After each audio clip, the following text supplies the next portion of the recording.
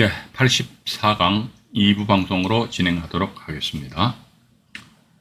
이번엔 제목 보시니까 말이죠. 최우선 변제금 지급 기준 권리가 상이하답니다.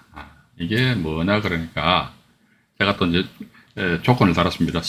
주택 소재지는 서울입니다. 서울이고 그럼 여기 이제 웬이잖아요. 웬 그죠? 2019년하고 2022년 나와 있는데요. 2019년도 이 당시 서울 소재 주택이 갑이 담보자본적의 방 공제 금액이 얼마였지? 그러니까 3,700이랍니다. 이건 주택임대차 보호법 그 시행령 규정에 나와 있어요.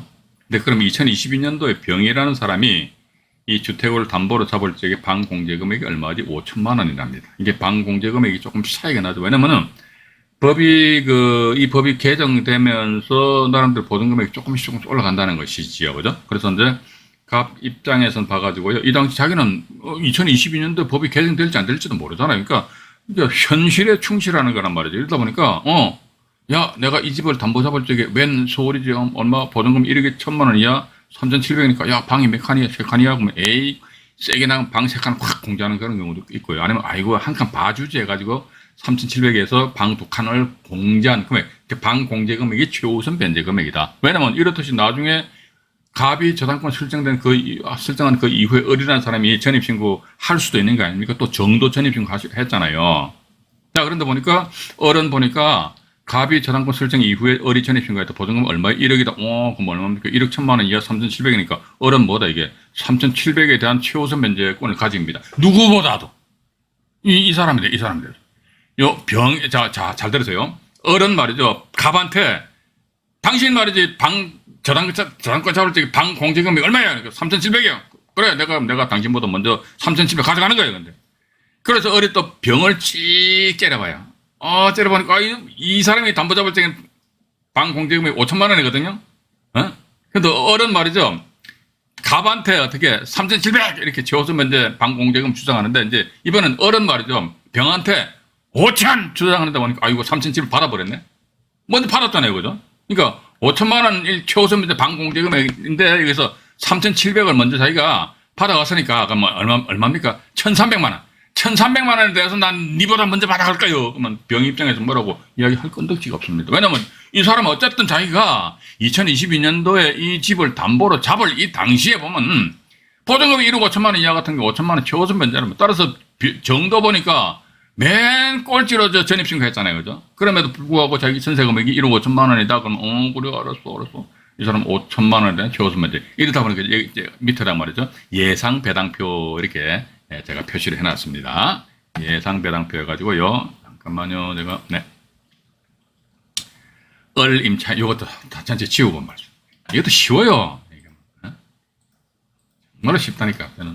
저는 어렵게 이야기 안 합니다. 왜냐면 제가 머리가 나빠가지고 저는 누가 어렵게 얘기하면 제가 막 짜증이 나요. 막 법 따지면. 경매라는 게 우리가 경매 투자하는 것이 돈 버는 게 목적이지, 이게 따지는 게 목적입니까? 그래서 그렇게 막 따지는 사람도 있어. 그거 싫어해봐가지고. 저는 그렇게 안 해도 크게 낭패를 안 받기 때문에 제가 그런 말씀 드리는 겁니다.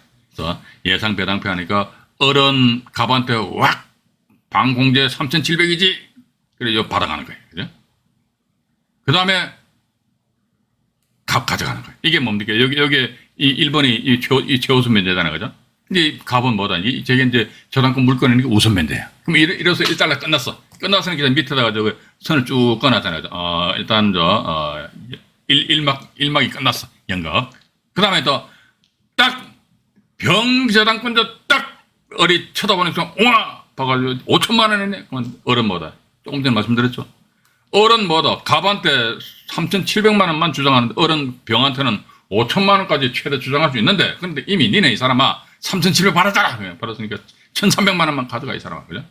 1,300만 원 가져가네. 그리고 정은 보니까 보증금이 1억 5천만 원인데 1억 5천만 원이고 5천만 원 가져가는 거야 봐가지고. 가로가 하나 빠졌네요. 5천만 원 받아가는 겁니다. 그리고 나서 나머지 찌끄러기에서는 저당권자 네가 뭐 가져가든지 말든지 말이죠. 이런 식으로 이게 최우선 변제금 지급 기준 권리를 상회하다 했을 적에요. 전체를 쫙 펼쳐놓고 보시는 것이 아니고 먼저 그러니까 법이 개정되기 전에 1억 1천만 원 이하일 적에 3,700만 원 요거부터 해결하고 나서 요거 다 1달러 된 상태에서 다음에 두 번째 어떻게? 1억 5천만 원 이하 5천만 원 방 공제. 요거는 우리가 카운트 계산하게 되면 아주 깔끔하게 해결이 된다는 거죠. 이게 1단계로 해가지고 끝마치고 그다음에 이제 2단계로 해가지고 또 사건을 이제 종결을 시킬 수도 있지 않겠느냐 하는 그런 말씀을 드려보고 싶습니다. 이게 또 역시 마찬가지 우리가 정확하게 좀 이해를 하시면 참 저는 더할 나위 없이 좋을 것 같습니다. 요 임금 채권은 이제 조금 더 말씀드리긴 하고요. 자, 그런 말이죠. 이제 현재 경매 진행 중인 사건인데요. 이게 보시니까 2021 타경의 안동지원 사건이고요. 경상북도 영주에 있는 다가구 주택이더라고요. 2822 물건번호 1번과 2번이 있어요. 1번과 2번이 있는데 여기 번호는 잠깐만요. 화면을 조금 확대를 해 드릴게요. 네. 물은 보니까 이제 이런 식으로 돼 있어요. 다가구 주택 해가지고, 그죠? 다가구 주택인데, 5월 22일이면, 오늘인데, 오늘 유찰됐겠죠. 이 옥션 회사는 보니까 조금 속도가 느리더라고. 근데 어쨌든 봐가지고요.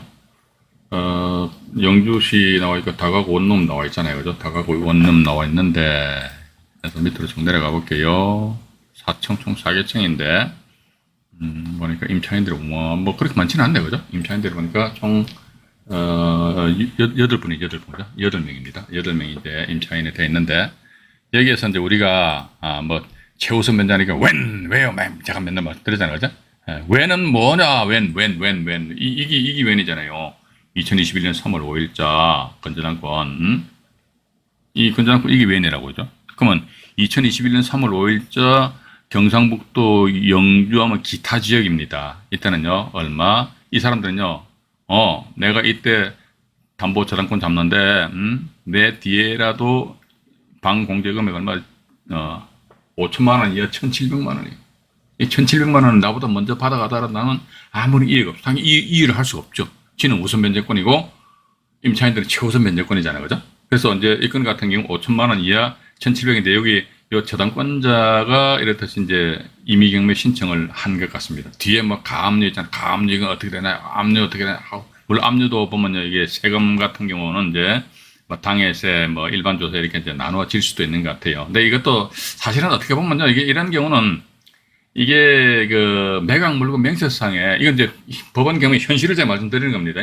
매각 물건 명세서상에 조세 채권 있잖아요. 조세 채권 같은 경우 당해세하고 일반 조세로 나눠지는데 그에 따라 가지고 나름대로 그 배당 순위가 왔다 갔다 하잖아요. 그래서 그에 대해서 정확하게 당해세인지 일반 조세인지 만약 일반 조세도 뭐 법정 기일이 언제냐 말이지 이런 걸 정확하게 표시를 해줘야 되는데 표시를 안 해주는 게 많거든요. 그래서 참 이게 저도 과연 이걸 어떻게 조사를 해야 될 것인지에 대해서는 저도 지금까지 답을 구할 수가 없어요.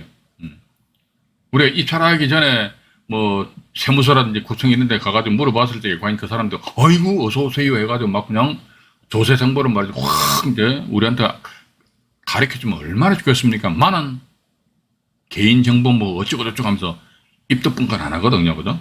근데 낙찰받고 나서 보니까 이게 어떤 낙찰자한테 어떤 타격이 있을 수도 있다는 것을 우리에게 감지하셔야 될 것 같아요. 그래서 저는 항상 이런 생각을 가지게 됩니다. 그런 그 조세 채권을 인해 가지고 낙찰자에게 어떤 불리한 상황이 발생되었을 경우에는 이 물건도 보면 이게 매각 물건 명세서인데요. 조세 채권에 대해서는 언급 안 돼 있잖아요, 그죠? 전혀 이게 보시니까 언급이 없습니다. 그래서 이것도 제 생각인데 만약에 조세 채권이 이렇게 언급이 안 돼 있다 이거지. 근데 언급되어 있지 않음으로 인해 가지고 낙찰자가 나중에 그런 조세 채권의 내역을 알므로 인해 가지고 낙찰자가 손해를 볼 여지가 있다. 예를 들어 대항력에 있는 임차인이 있는데 조세 채권의 말이 먼저 씩 다 받아가는 바람에 예를 들어 대항력에 있는 임차인의 말이 보증금이 2억인데 조세 채권을 무시한다면 이 임차인이 2억 다 받아가고 낙찰자 인수하는 게 없단 말이죠. 예를 들자면 그런 데 봐가지고 보증금이 2억 원인단 말이죠. 저 뒤에 압류된 조세 채권이 이게 말이지 1억을 먼저 받아가는 바람에 임차인이 대항력에 있는 임차인이 1억밖에 배당 못 받아간다 이게. 그럼 낙찰자는 어떻게 한다더라? 1억을 인수해야 되는 대단히 불리한 그런 상황이 발생되잖아요. 그죠? 그런데 매각 물건 명세서가 뭡니까? 봐가지고 그 매각 물건 즉 경매 물건을 매각하는 조건을 표시한 거, 매각 조건을 표시한 거란 말이죠. 그런데 매각 조건에 보니까 1억 원 낙찰, 뭡니까, 조세 채권에서 다 먼저 받아간다. 그럼 낙찰자가 추가적으로 인수를 해야 된다. 대단히 불리하기 때문에 이런 경우는 제 개인적인 생각입니다. 제가 분명히 말씀드렸습니다. 제 개인적인 생각이라고 그랬어요. 매각 물건 명세서 작성에 중대한 하달에서 이건 매각 프로가 결정을 내려줘야 된다고 저는 보고 있습니다. 근데 이게 과연 앞으로 이게 만약에 이런 경우가 발생되었을 적에 이것도 이제 적시항고 제항고해서 대법원까지 올라갔다 내려왔을 적에 이건 이 조세 채권에 대해 가지고 또는 임금 채권에 대해 가지고 이것도 다 표시를 해줘야 된다니까. 매각 물건 명세성에.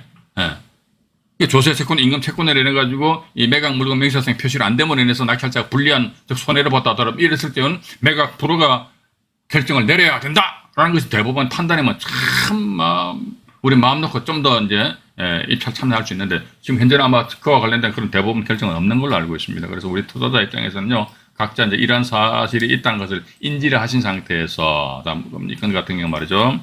제가 아까 보니까 왜 하는데 보증금액 5천만 원 이하 임차인들은 얼마? 1,700에 대한 최우선 변제를 받아갑니다. 자, 근데 보니까 여기 대항력 있는 임차인만 일단 째려보자 이거죠. 5명이죠.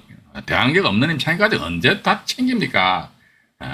대항력 없는 임차인은 이제 나중에 내가 대항력 있는 임차인에 대해서 나름대로 계산해보고 그래도 시간적인 여유가 있으면 그때 가가지고 대항력 없는 임차인들 한번 삐꾸미 쳐다보자 이거죠. 그러니까 4천만 원 같은 4천원이니까 1,700이죠. 그죠? 5천도 1,700이에요. 5천도 1,700. 이거 왜 좋아. 1,000만 원 같은 거 얼마? 1,000만 원 1,000입니다. 그죠? 이게 보니까 1,700, 1,700, 1,700, 1,000. 여기 일단 최우선 변제하는 말이죠. 그죠? 그러고 나서 두 번째 보니까 우선 변제. 이제 확정일자에 의한 우선 변제하고 이게 보니까 저당권이 언제 설정되었습니까? 저당권 보면요. 저당권이 2021년 3월 5일입니다. 그죠? 2021년 3월 5일이죠. 2021년 3월 5일인데 확정일자가 언제? 그러니까 2021년 1년 아이고 이뻐라. 2021년 1년 아이고 좋아요. 2021년 1년 아이고 좋아. 이번은 보니까 말이지 대항력 있는데 이거 상관없어요. 2021년 저당권이 2021년 3월 5일날 저당권이 설정됐다고 그랬잖아요. 그죠? 근데 확정일자는 2021년 12월 15일날에. 우와, 근데 보증금액이 1,000만 원이니까 이번 같은 경우는요, 최우선 변제를 1,000만 원 다 받아가 버린다니까. 그렇기 때문에 낙찰자 전혀 관계가 없죠. 여기 보니까 박모 씨라는 양반은 말이죠. 이게 전입만 돼 있고, 이런 경우도 과연 이 사람이 진짜 임차인인지 가짜 임차인인지에 대해서 현장을 통해서 나름대로 답을 구하는 수밖에 다른 방법이 없어요. 그죠? 이런 경우는 어떻게 조사를 해야 되나요? 현장 가셔야지 뭐 어떡하면 별거 있겠습니까? 봐가지고. 현장 가시고 나름대로 탐문 조사하시면서 오히려 저는 이렇게 보면 만약에 이런 상황이 있다 그러면요. 오히려 이런 분들 같은 경우 자기 전세 보증금 다 받아가잖아요. 그죠? 그럼 이런 사람들 나름대로 공략하는 것이죠. 야, 이 사람 보니까 말이지 박모시라는 사람이 있는데 말이지 이 사람이 진짜 임차인인지 가짜 임차인인지 참 이게 헷갈립니다. 만약 이 사람이 말이지 진짜 임차인인데 배당 요구 안 했다 그러면 여기 낙찰자 추가적으로 어떤 그 금액을 인수해야 되기 때문에 상대적으로 당신들 말이지 배당 금액이 줄어들 수도 있다. 이런 식으로 하면서 과연 이 사람 진짜 임차인이냐 가짜 임차인이냐 이런 식으로 하면 조사 분석을 해보시는 수밖에 다른 방법이 없는 것 같아요. 그래서 2021년 2월 1일자로 전입신고한 박모 씨라는 양반의 매각 물건 명세상에 나와 있는지 보다 입니다. 잠깐만요. 2021년 2월 1일자 여기 이분이네. 이분인데 말이죠. 이분. 잠깐만요.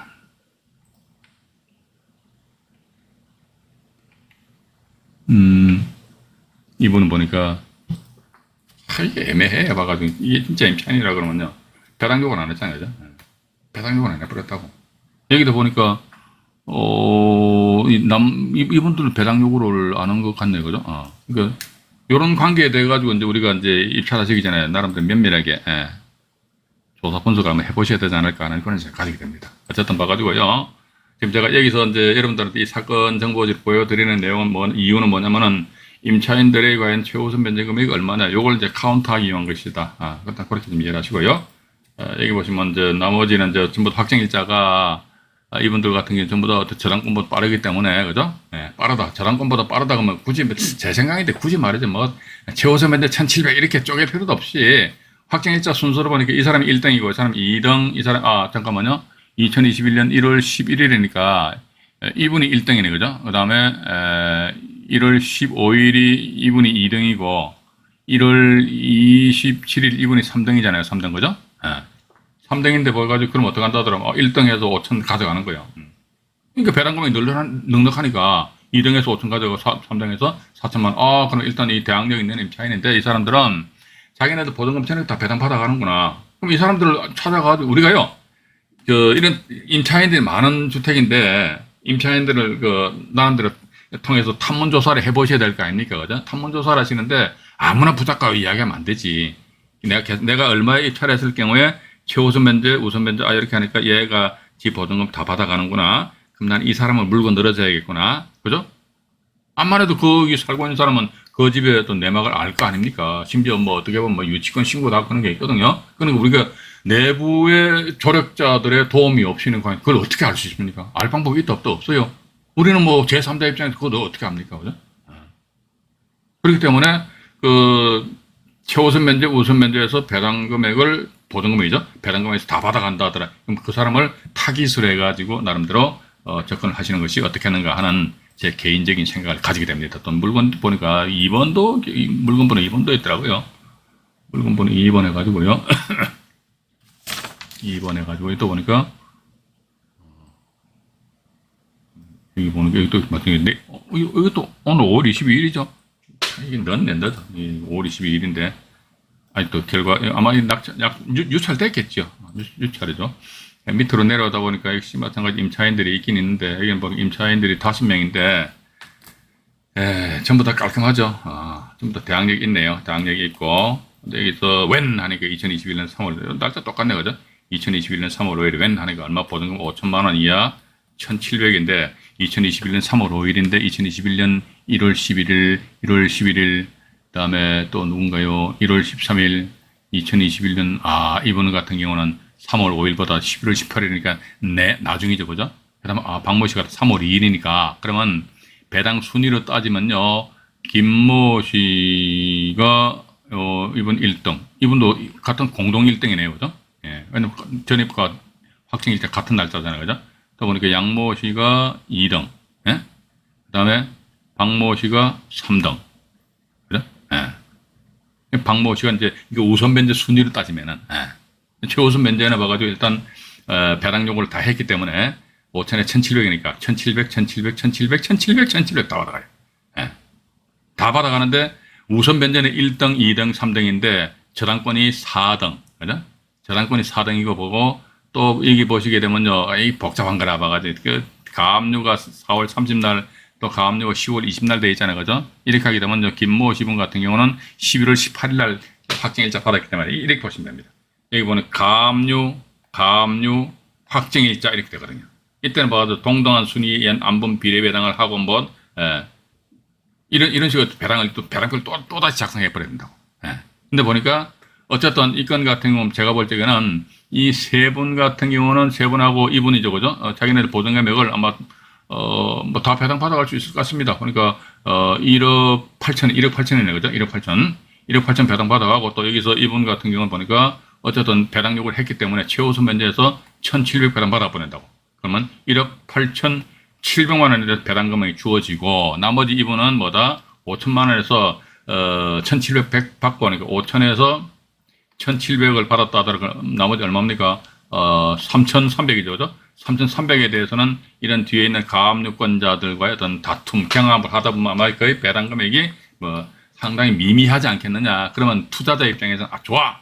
내가 최소한 3천만 원 인수한단 말이지. 이런 관점 하에서 입찰 금액을 결정하시는 수밖에 달리 방법이 없지 않느냐 하는 그런 생각을 가진다는 것입니다. 가지고요. 요거 하고 또 물건 하나 더 있는데 일단 제가 요 자료를 넘어가 가지고요. 잠깐만요. 이번에는 저기 뭐냐면 주택임차인의 최우선 변제금과 임금 최고 요거 제가 조금 같이 이것도 제가 다른 영상물에서 이게 말씀드려놨어요. 푸몬리님이 저기 총무님 맞구나 맞아요. 네네네. 제가 채팅창 보고 잠깐 말씀드렸습니다. 네. 여기 보면은 이제 요거 제가 간단히 말씀드릴게요. 이게 아마 제 1기 라이브 방송에서도 언급을 해놨습니다. 근데 주택임차인의 최우선 변제금 하니까 배당금액이 2분의 1이잖아요. 그죠? 배당금액 2분의 1. 이 주택임차인들의 최우선 변제 소액 이 보증금액이죠. 그죠? 최우선 변제금 임금채권의 배당. 임금채권 이것도 최우선 변제입니다. 임금 채권도 최우선 면제고 주택임차인의 보전금중 일정액 이것도 최우선 면제. 둘 다 최우선 면제입니다. 둘 다 최우선 면제인데 주택임차인 같은 경우에 있어 가지고는요. 최우선 면제 금액의 최대치가 배당할 금액의 반이라고 그랬죠. 그죠? 근데 임금 채권 같은 경우는요. 임금 채권 같은 경우는 배당 금액 전부입니다. 배당 금액 전부에 대해서 최우선 면제를 가지는 거예요. 그런데 경매 물건이 나왔는데 보니까 아이고 최우선 면제를 받아갈 수 있는 주택 임차인도 있고 또 근로자 임금 채권도 뿅 신고가 돼 있다. 이랬을 경우에 보니까 임차인들 보전금중 일정에 이게 최우선 면제 있는데 근로자 임금 채권도 최우선 면제인데 야 이거 봐라 둘 다 최우선 면제인데 아니 둘 다 예를 들어가 반반이라면 계산하기도 좋아요. 근데 하나는 반이고 하나는 전부고 이랬을 적에 과연 어떻게 배당이 이루어지느냐 여기에 대해서 제가 간단하게 말씀드릴게요. 이게 보전금중 일정액에 대해서 최우선 면제를 가진다 이렇게 나와 있고 그 다음에 또 근로기준법 근로자 퇴직급여 보장법에 의해 가지고 최우선 면제권을 가진다. 임차인의 최우선 면제요. 임차인의 최우선 면제권이라는 게 이게 보전금중 일정액입니다. 임차인의 보전금중 일정액과 임금채권은 이 자리에 보면 이제 임차인의 보전금중 일정액입니다. 보전금중 일정액과 임금채권은 동등한 순위다. 왜냐면 둘 다 최우선 면제니까. 그죠? 요리했을 적에 과연 우리가 어떻게 교통정리하느냐. 그럼 일기 라이브 방송을 충실히 보셨던 분들은 금방 아마 캐치하실 겁니다. 여기 나와 있습니다. 전제조건 나와 있네요. 서울 소재 빌라고요. 임차인 보증금 1억이고 이렇게 나와 있네. 자, 쭉 펼쳐놓고 말씀드릴게요. 자, 보시니까 서울 소재 빌라인데 보증금액 1억 원이랍니다. 전입 날짜 확정일자가 2021년 6월 1일이고 건저당권 설정 일자가 2021년 7월 1일이니까 여기 웬이죠. 웬. 그래서 서울 소재니까 서울이니까 어떻게 where 딱 나왔잖아요. where만 딱 잡으면 된다니까요. 근데 보니까 최우선 면제금입니다. 보증금 1억 5천만 원 이하 5천만 원이 최우선 면제랍니다. 근데 임금채권이 1억 5천만 원이 우와. 임금채권이 1억 5천만 원인데 근본에 낙찰 금액이 말이죠. 1억 6천 5백만 원이랍니다. 그래서 지금 여기서 제가 배당금에서 1억 6천만 원 한 것은요. 경매 비용 500만 원을 생각했다. 이게 지금 순수하게 배당 금액이 1억 6천만 원이야. 그럼 여기서 제가 쾌락적으로 계산해 볼게요. 자, 배당 금액이 1억, 임차인에 대한 최우선 면제입니다. 그러면 배당 금액이 1억 6천만 원이죠? 임차인에 대한 최우선 면제 뭡니까? 반 잘라야지. 그럼 얼마면 8천만 원이죠. 8천만 원? 8천만 원이 최우선 면제예요. 8천만 원이 최우선 면제니까, 와, 이 사람 보증금 1억인데, 야, 8천만 원 다 받아가면 얼마나 좋겠습니까, 만원. 근데 문제는 뭐냐면 이분 같은 경우는 건전한권 설정 날짜보다도 전입 날짜가 빠르죠? 빠르니까 대항력이 있죠?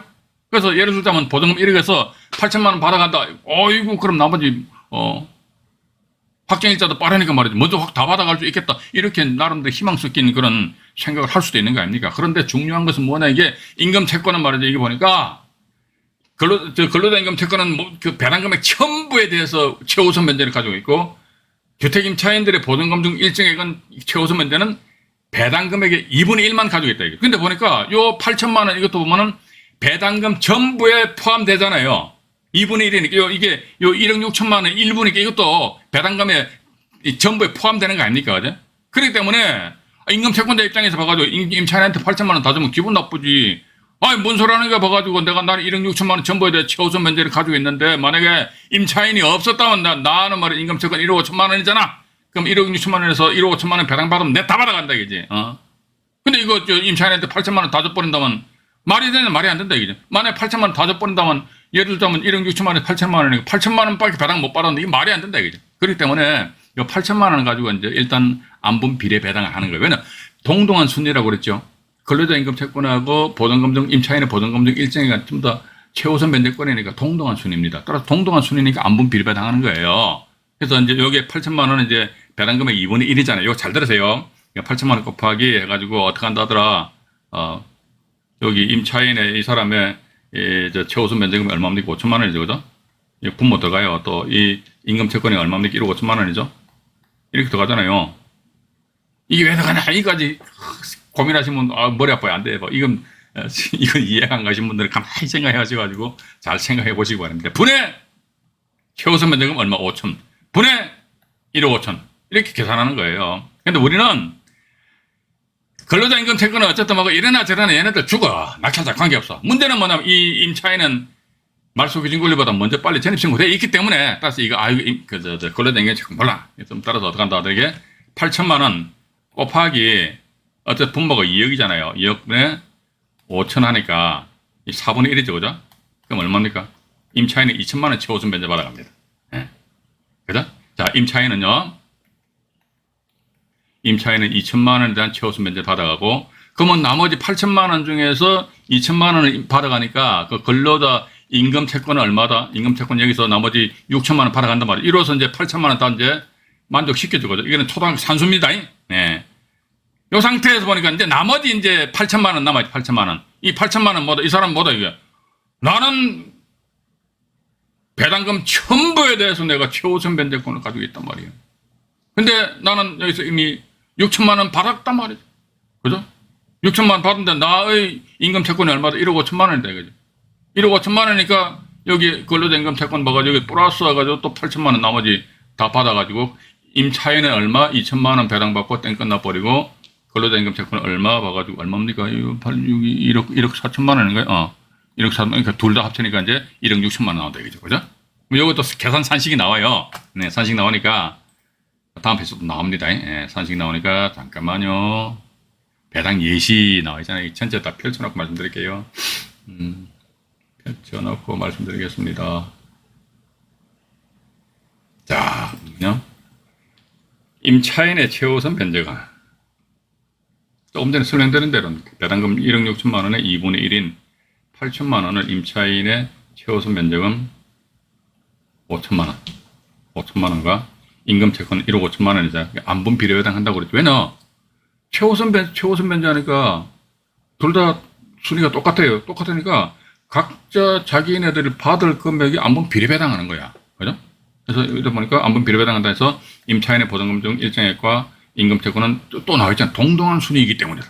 그죠? 이유가. 그래서 여기서 지금 제가 임차인의 최우선 변제하니까 8천만 원에서 분모가 임차인의 최우선 변제금과 근로자 임금 채권 들어가고요. 분자가 임차인의 최우선 변제금. 그러니까 임차인의 최우선 변제금 얼마? 2천만 원 나온다는 거죠. 그죠? 그러면 임금 채권 같은 경우는 여기 자녀 배당금이 이제 8천만 원 남아있잖아요. 그죠? 왜냐면요. 여기 8천만 원 최우선 변제 반 떼어갔기 때문에 나머지 반 이게 자녀 배당금액이란 말이죠. 이게 다 이제 1항입니다. 1항. 1항의 자녀 배당금. 여기서 8천만 원에서 임차인이 2천만 원 배당 받아갔으니 자녀 금 6천만 원 플러스 하니까 근로자 임금 채권은 얼마? 1억 5천만 원임에도 불구하고 1억 4천만 원 배당 받아간다 이거죠. 예. 따라서 어떻게 보면 대항력 있는 임차인 보증금이 1억인데 이 사람이 2천만 원만 배당 받아가니까 우리는 어떻게 8천만 원을 끌어안아야 된다는 거.